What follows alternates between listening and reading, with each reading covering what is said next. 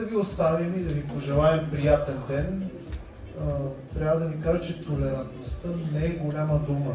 Толерантността не е лозунг, дори аз започнах малко грешно. Толерантността не е и дата. Тя е нещо, което се отбелязва всекидневно и трябва да се показва всекидневно. Толерантността е избор.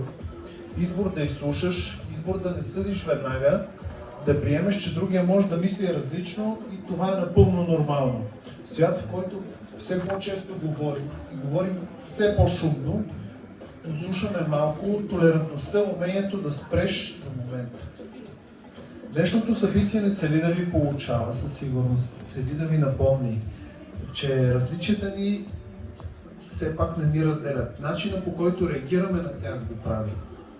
И музиката, която чухме днес, е най-доброто доказателство, че когато сме отворени, можем да бъдем заедно, без значение от език, възраст или гледна точка.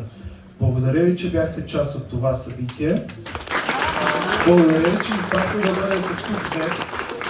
Надявам се да се помните не просто с вкуса от хубавата музика и с едно малко напомняне. Да бъдем по-толерантни и да не бъдем по-толерантни само в края на годината, а да го правим през цялата година.